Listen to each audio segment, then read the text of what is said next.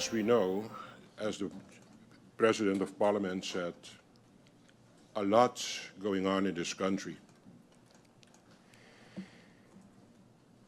And I realized that all of a sudden, all the issues and problems are escalating at this particular moment.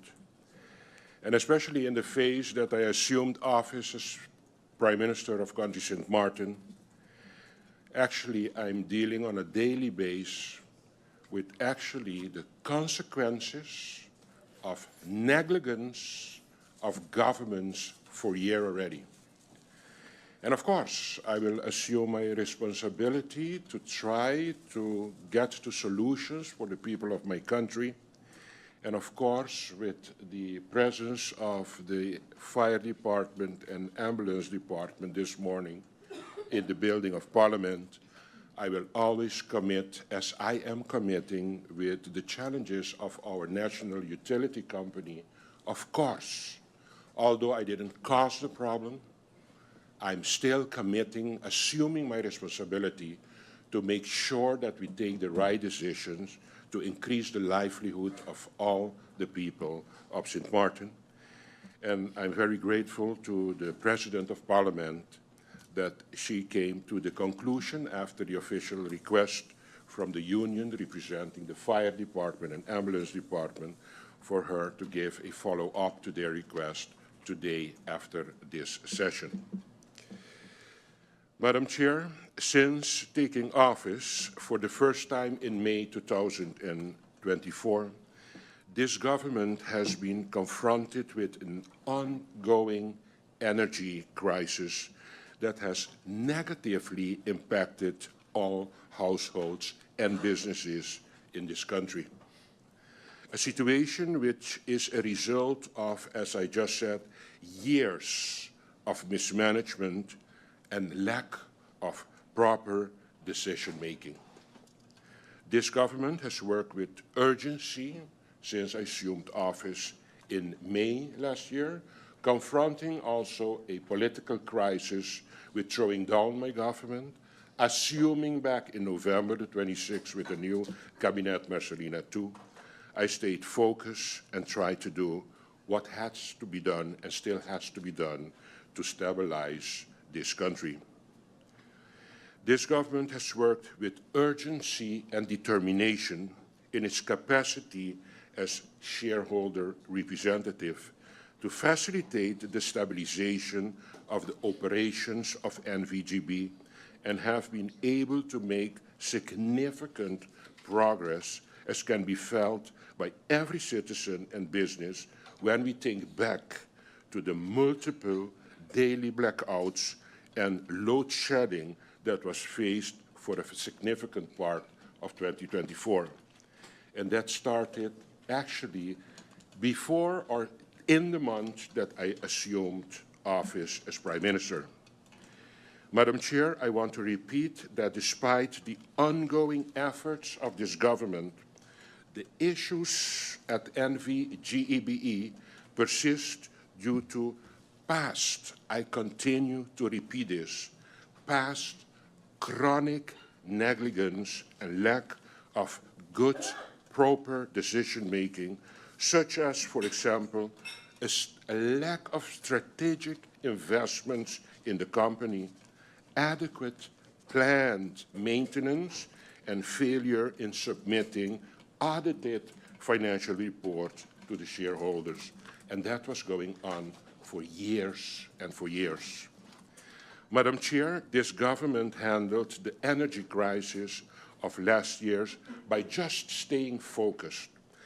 Anyone, every person in this community had an idea what to do. We just stayed focused, and what we assured the people that we brought back the stability on the grid. What we have to work on now is the sustainability of the grid. I therefore want the people of St. Martin to continue with the necessary confidence in this government.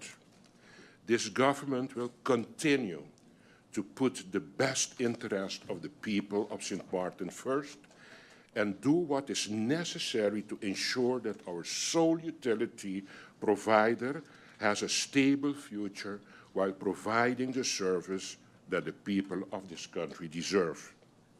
In my presentation, I will go through each agenda point listed in the invitation for the public meeting. There can be a discussion on point 3, point C. When I get there, we will see how we're going to solve agenda point C.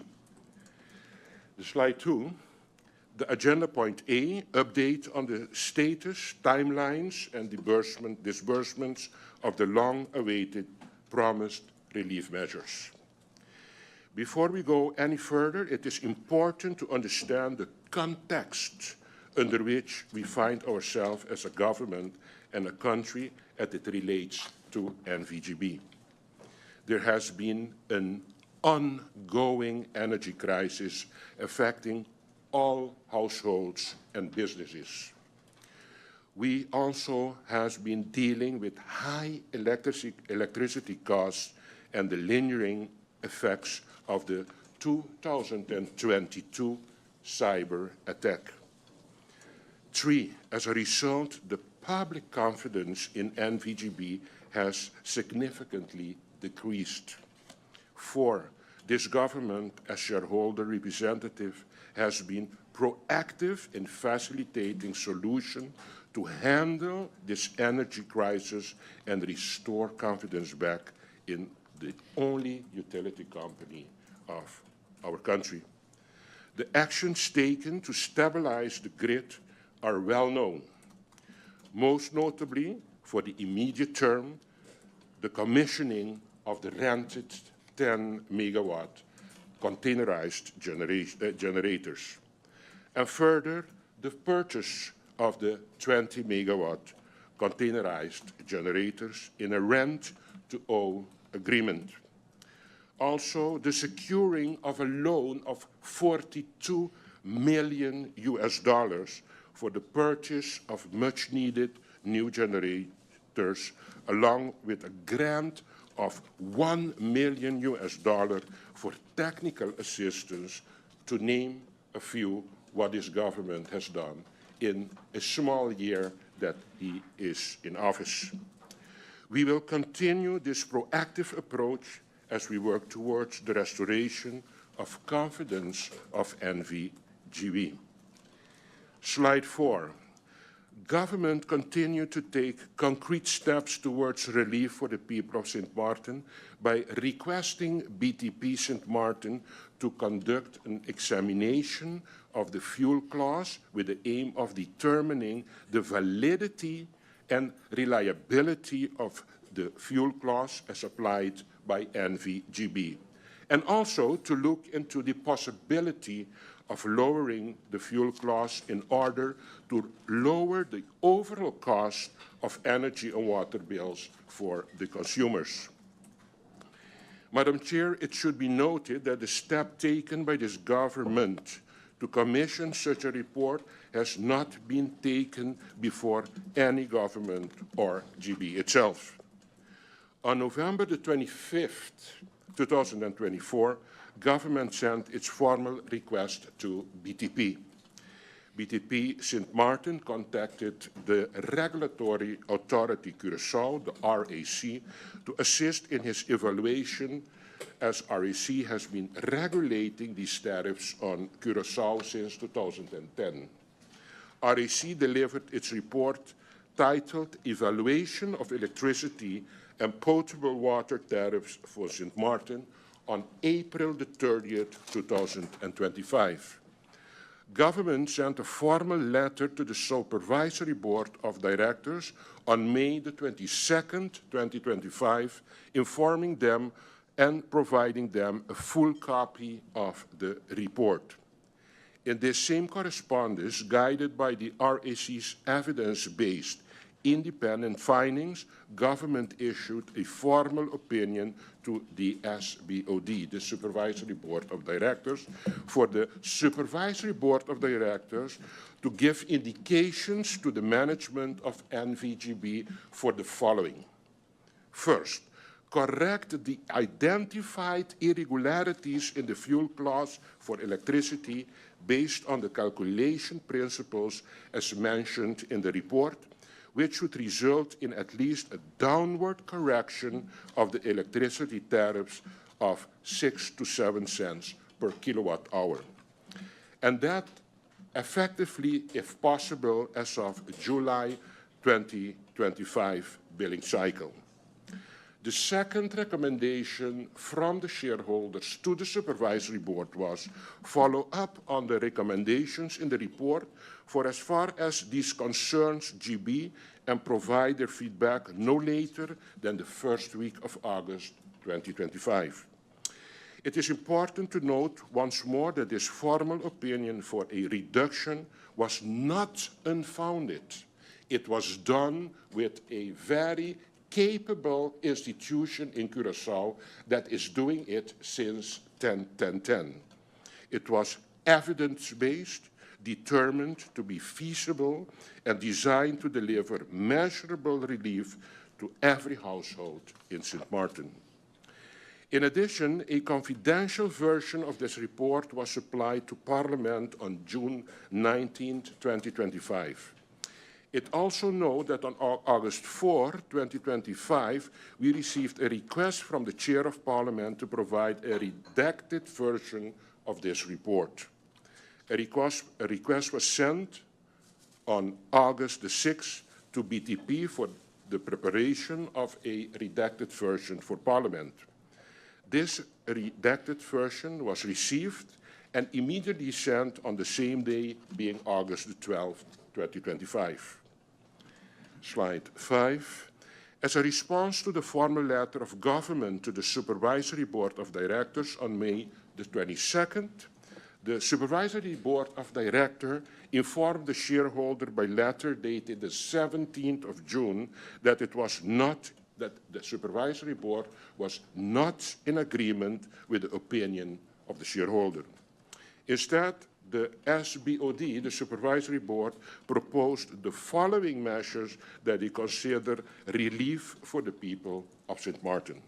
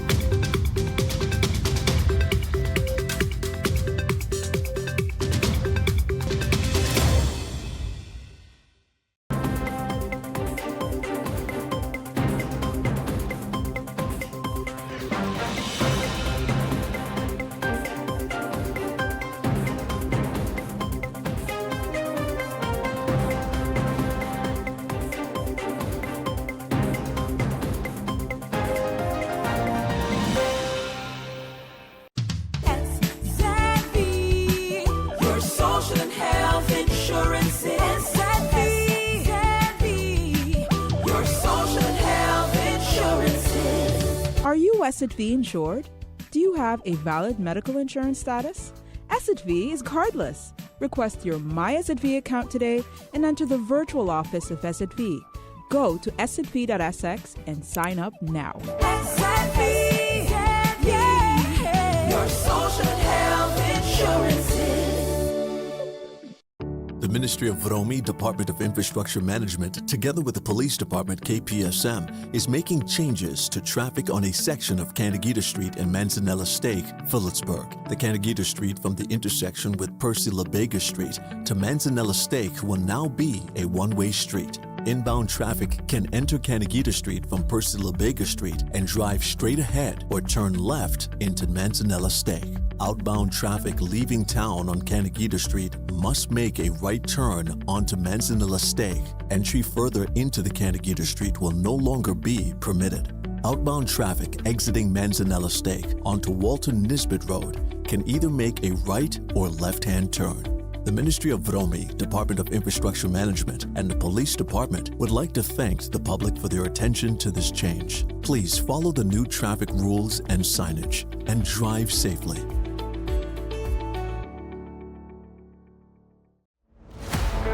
24/7 TV programming on www.stmartinmediacenter.com, SXM Daily News, PBS NewsHour, Now You Know, Com programs, documentary, entertainment, sports events, Saturday children's hours, religion programs, and movies. Click on SXM TV broadcast to see your favorite programs.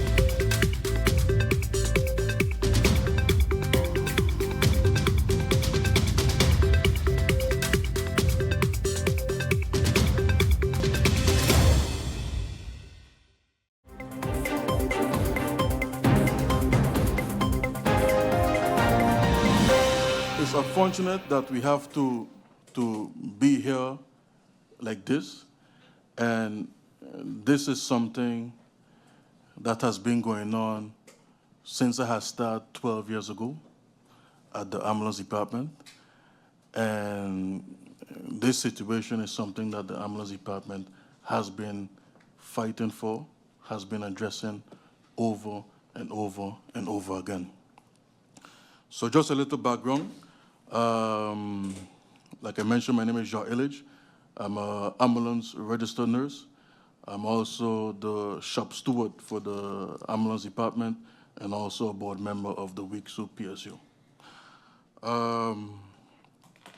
To put everything in a nutshell, I would like to read one of the last letters that the ambulance members sent to mandate the WICSU PSU of our grievances. So the letter is as follows. From St. Martin Ambulance Department to Mr. C. Richardson, which is the department head, also to Madam President S. Kanagita, the president of the WICSU PSU, and also to the board of the union, and also CC to the ministers. Subject: formal grievance and notice of solidarity action by the ambulance department members.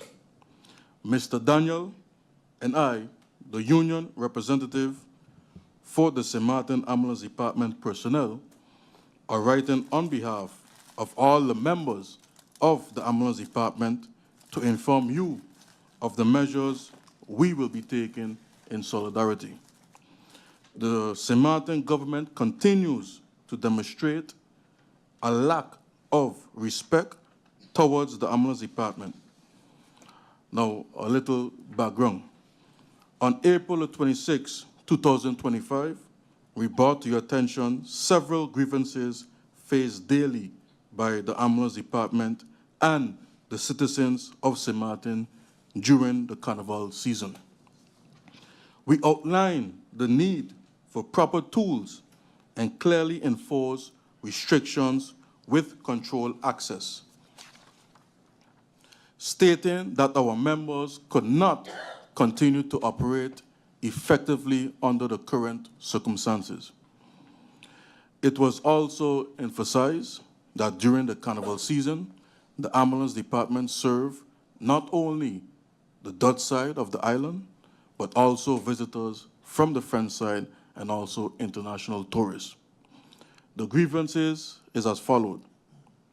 The medical room rejection, failure to provide a portable medical unit, restrictions on ambulance emergency vehicles, restrictions of access to ambulance personnel, daytime access restrictions, lack of sanitation facilities for ambulance personnel. So I just want to touch a little bit personal on this that I have experienced and also my colleagues. Now, during carnival time, okay, we had a meeting because I started to get emotional because it's very ridiculous, okay?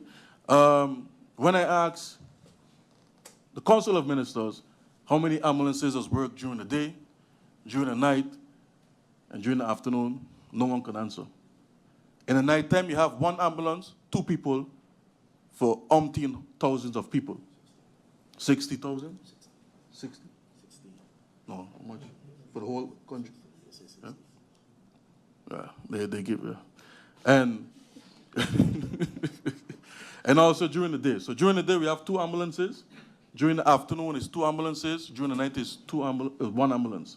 So in the day, you have 4 people. In the night, you have 2 people. In the afternoon, you have 4 people. And bear in mind, most of the times on a daily basis, we have cruise ships coming in. We might have 4 cruise ships, 6 cruise ships.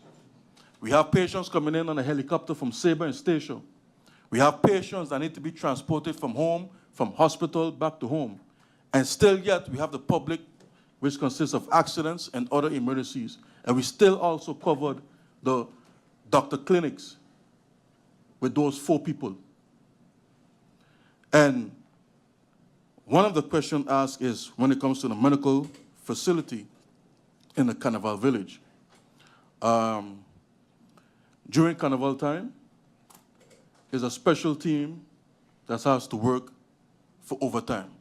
Sometimes ambulance personnel could work 14 days straight without an off day, with 16 hours, just to keep St. Martin safe.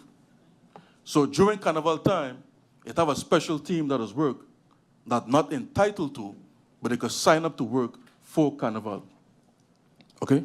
And the reason why the medical room at the beginning was rejected, and we elaborate why it was important, because in the nighttime, like I mentioned, you have 1 ambulance working in the night for the general public, and then you will have a next ambulance for the Carnival during the shows in the night. So if you have an accident during the night, that, for example, 2 cars head-on collision with 6 people or 8 people, the team that is leaving the village with that ambulance will have to go assist the night shift.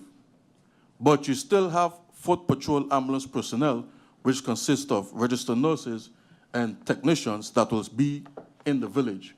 So in an event, if something happened to someone in the village, those people could be attended to in the medical facility room instead of being in the open.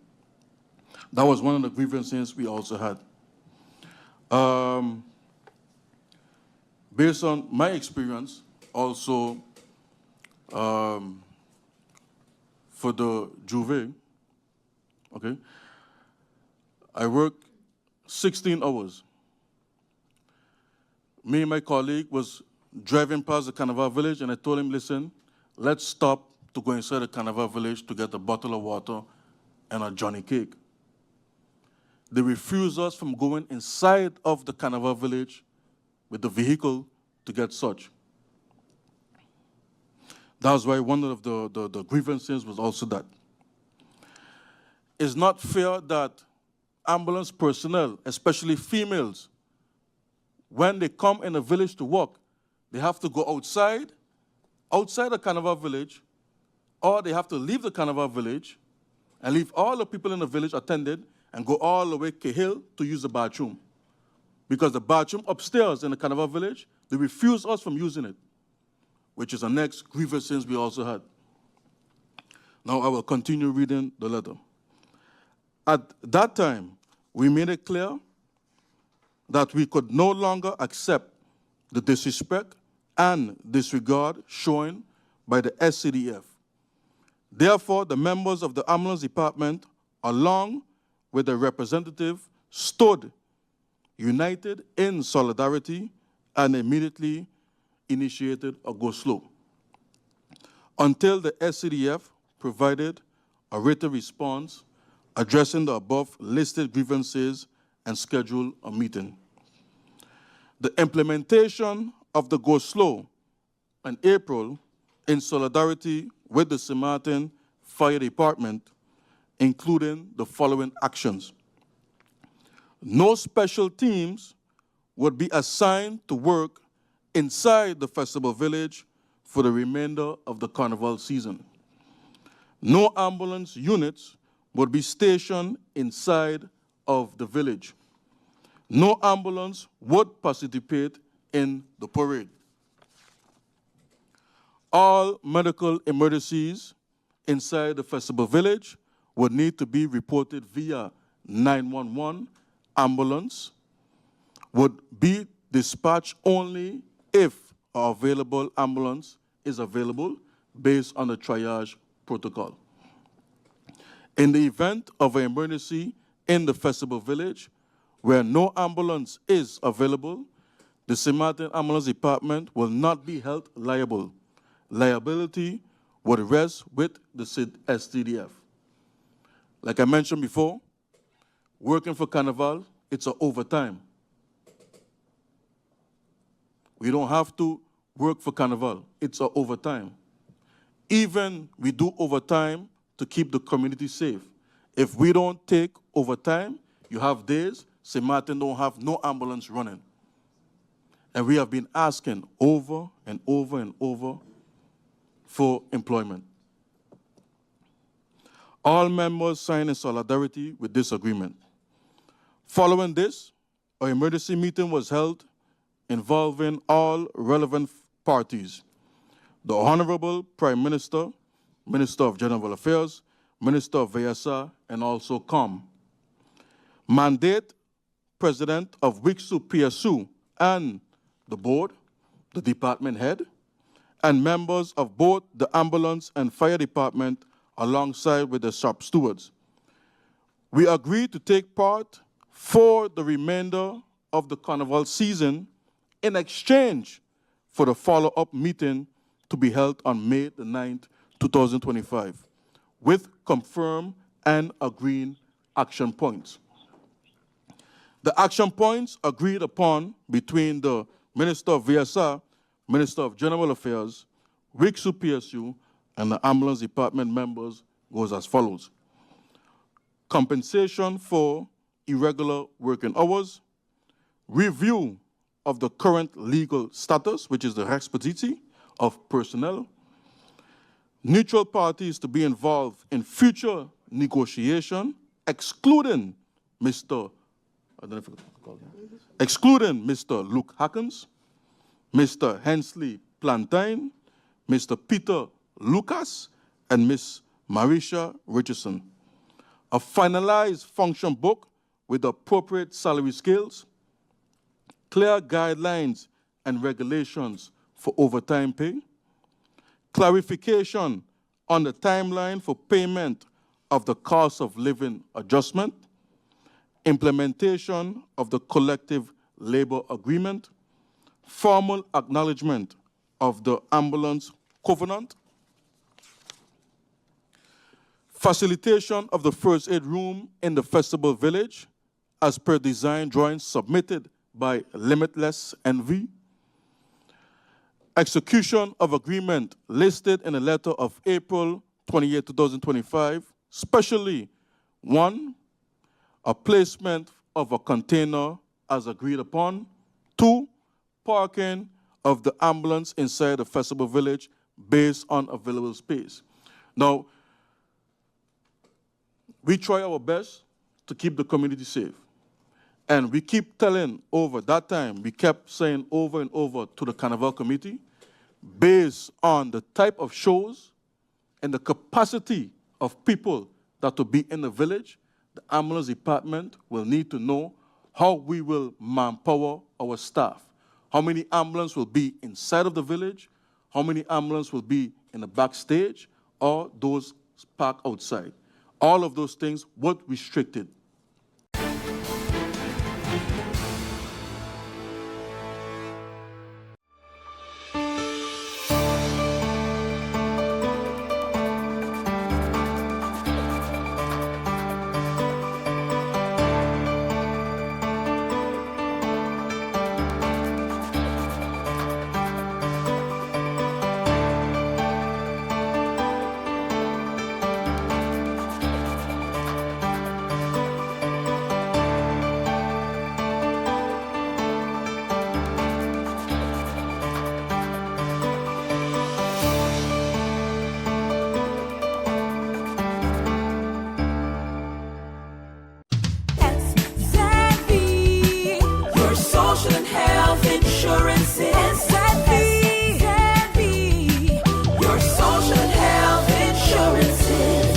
Are you SXV insured?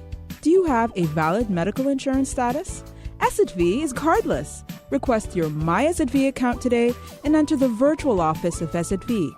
Go to sxv.sx and sign up now. SXV, yeah. Your social health insurances.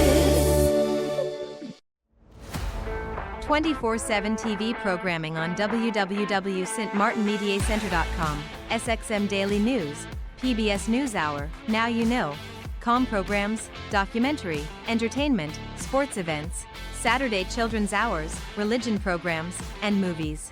Click on SXM TV broadcast to see your favorite programs.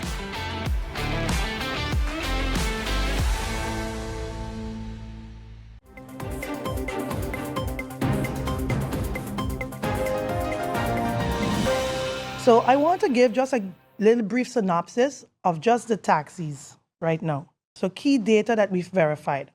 So since the confirmation letters was issued, we were able to assess that we have now registered over 600, a little over 600 taxis as opposed to what we assumed was 521. Right now in our system, we have over 600 taxi drivers registered. Of the 600 and something taxi drivers registered, 400 and something of them has been issued confirmation letter.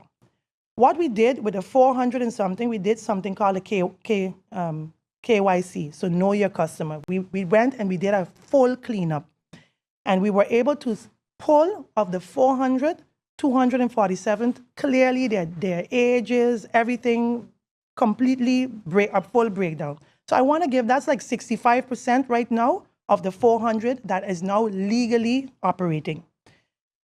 Of that, that's about 400, that's about 247 persons. So I want to give an overview of what our taxi drivers look like. This is just the case by the taxi. I'll be giving a full breakdown maybe in our next press briefing once we have this completely detailed.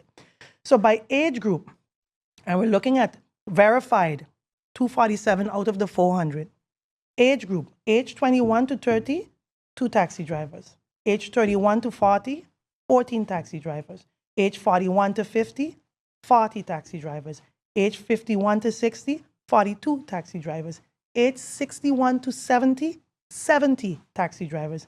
Age 71 to 80, 67 taxi drivers. Age 81 to 90, 7 taxi drivers. Age 91 to 100, 1 taxi driver. Let's do a breakdown by citizens. Dutch citizens, 233. Dominicans, 3. French, 1. Guyanese, 2. Haitians, 5. And Jamaican, 3. By country of birth, St. Martin, 85. Curaçao, 31. Aruba, 27. Haiti, 18. Dominican Republic, 14. Anguilla, 9. St. Martin, northern side, 12. St. Kitts and Nevis, 11. This data helps clear the misconception, just this part, that the majority of the permit holders are Dutch nationals. So, however, this data helps clear the misconception. The majority of permit holders are Dutch nationals, just so you know. I wanted to clarify that. However, there is a concentration of drivers in the 61 to 100 range or 61 to 80 range, raising questions about long-term sustainability. So of the 400 permits issued, of the 400 that we know that received the forms, only 75 of them have assistant drivers. 40 of them are those that are assisting age 65 and up. So of the 400 that we receive, 75 of them have assistant drivers, and of that 75, 40 of them are assisting drivers that are 65 and up. So what's the way forward? I just wanted to give everyone a little overview, but I will be giving a full details for the buses as well moving forward. And I want to also mention for the record, during the cleanup, we were of the assumption we only had 200 and something bus drivers. We have over 300 and something bus drivers. So again, we are in a market on the Dutch side with over 600 and something taxi drivers registered and 300 and something bus drivers registered. Let that sink in.